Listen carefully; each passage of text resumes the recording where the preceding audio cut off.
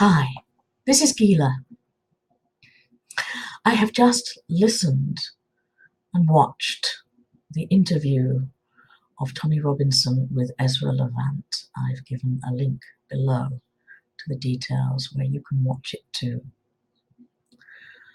And I feel so upset and enraged by the appalling treatment of Tommy Robinson in prison.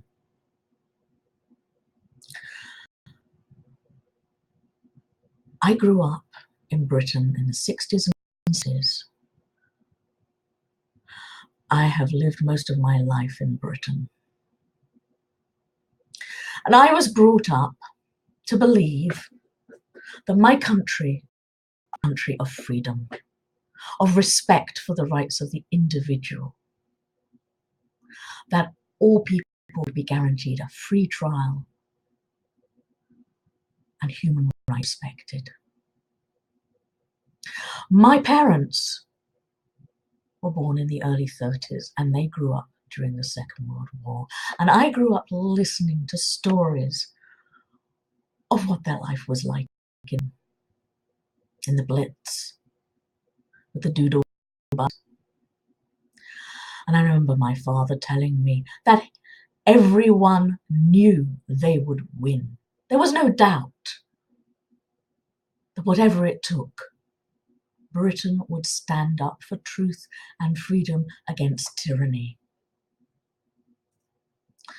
Let me quote a bit of Winston Churchill from 1940. Even though large tracts of Europe and many old and famous states have fallen or may fall into the grip of the Gestapo and all the odious apparatus of Nazi rule, we shall not flag nor fail. We shall go on to the end. We shall fight in France. We shall fight on the seas and oceans. We shall fight with growing confidence and growing strength in the air. We shall defend our island, whatever the cost may be. We shall fight on the beaches. We shall fight on the landing grounds. We shall fight in the fields and in the streets. We shall fight in the hills. We shall never surrender.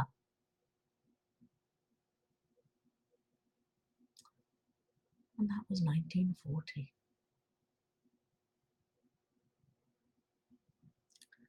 British people paid a huge cost. But Britain did win with the Allies. Tyranny was defeated. Well, one can argue that there was another tyranny that came about in Eastern Europe, but at least that has gone now too.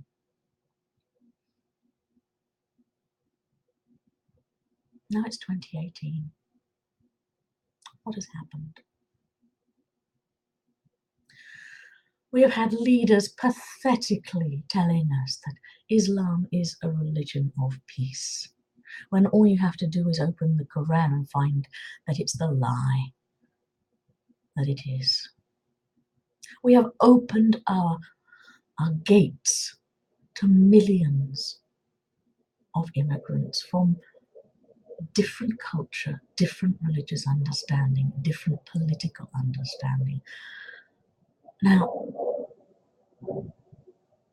please be aware, I'm not talking about the majority of Muslim people who've been brought up the way they have and who manage to live good lives despite some of the ethically problematic teachings in the Quran and Hadith.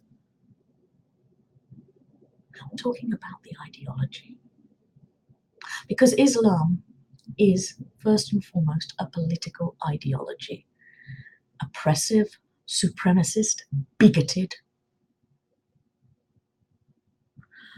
spread through the sword. And what makes it all the more dangerous, as I've already said in previous videos, is the fact that it has a divine imperative. This is supposed to be the unchanging will of the Creator. Let me quote some of the Quran.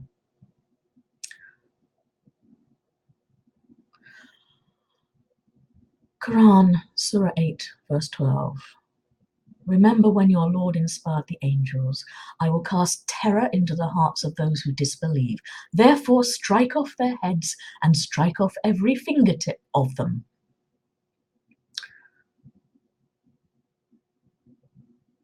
Quran, Surah 8, verse 57.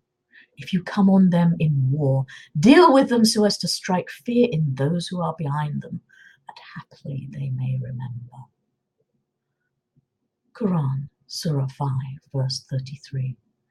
The punishment of those who wage war against Allah and his messenger and strive to make mischief in the land is only this, that they should be murdered or crucified, or their hands and their feet should be cut off on opposite sides, or they should be imprisoned. This shall be as a disgrace for them in this world, and in the hereafter they shall have a grievous chastisement. Quran, Surah 9, verse 5. So when the sacred months have passed away, then slay the idolaters wherever you find them, and take them captive and besiege them, and lie in wait for them in every ambush. Then if they repent and keep up prayer and pay the poor rate, leave their way free to them. Note that the words used for prayer and the poor rate are specifically for Muslims. In other words, if they convert to Islam. Quran Surah 9, verse 29. Fight those who believe not in Allah nor the last day, nor hold that forbidden which has been forbidden by Allah and his messenger, nor acknowledge the religion of truth, in other words, Islam, even if they are the people of the book, that is, Christians and Jews, until they pay the jizya tax, that's a special tax for non-Muslims, with willing submission and feel themselves subdued. Now you have to bear in mind the more violent verses of the Quran and also in the Hadith create any earlier, more peaceful verses. And there's also the concept of taqiyya, whereby Muslims are allowed to deceive non-Muslims in order to spread Islam.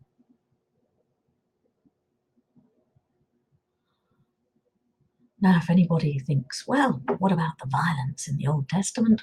Well, yes, there were some pretty unpleasant things recorded in the Old Testament, or the Tanakh,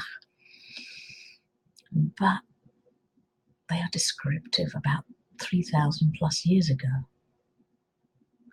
Not divine commandments for today. Divine commandments for today are all about treating other people as you would want to be treated yourselves. Do not murder.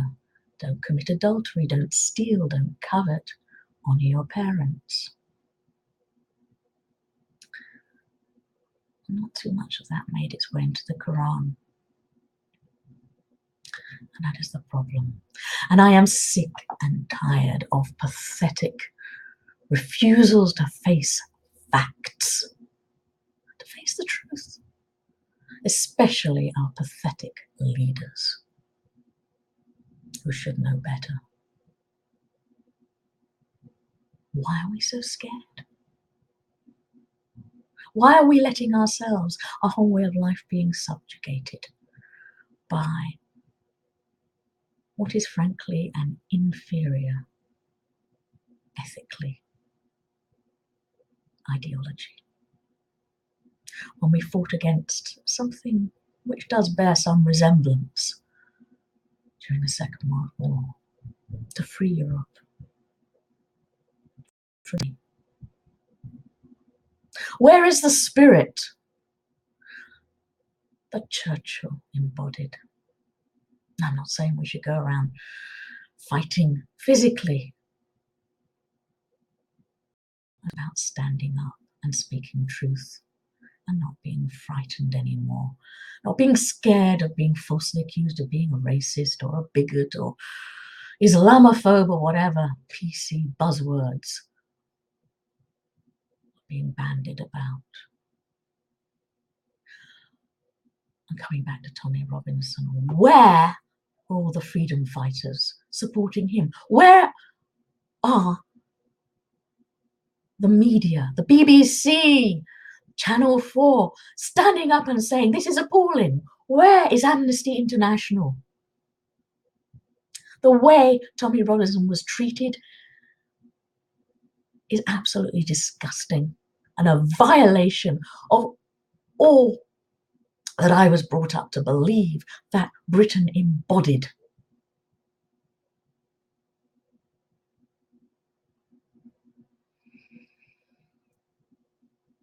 Please stand up and be counted. Not violently, not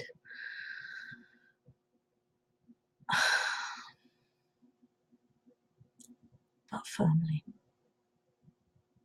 Stand up for freedom before we lose it completely. And stand up for Tommy Robinson. You don't have to agree with him, you don't have to like him, but he believes in freedom. And he believes in human rights, and he believes in protecting vulnerable people, especially children, from abuse and rape and having their lives torn apart.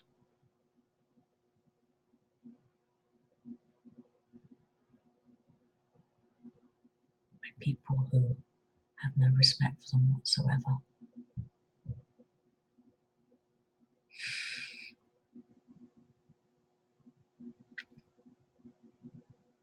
Anyway, that's what I wanted to say. I wasn't planning to say more, but I'm just so angry and upset when I heard Tommy Robinson speak, and he's clearly still struggling to recover from his ordeal. And he has to go on trial again on September the 27th. Let's hope and pray that is an end to it. Thank you.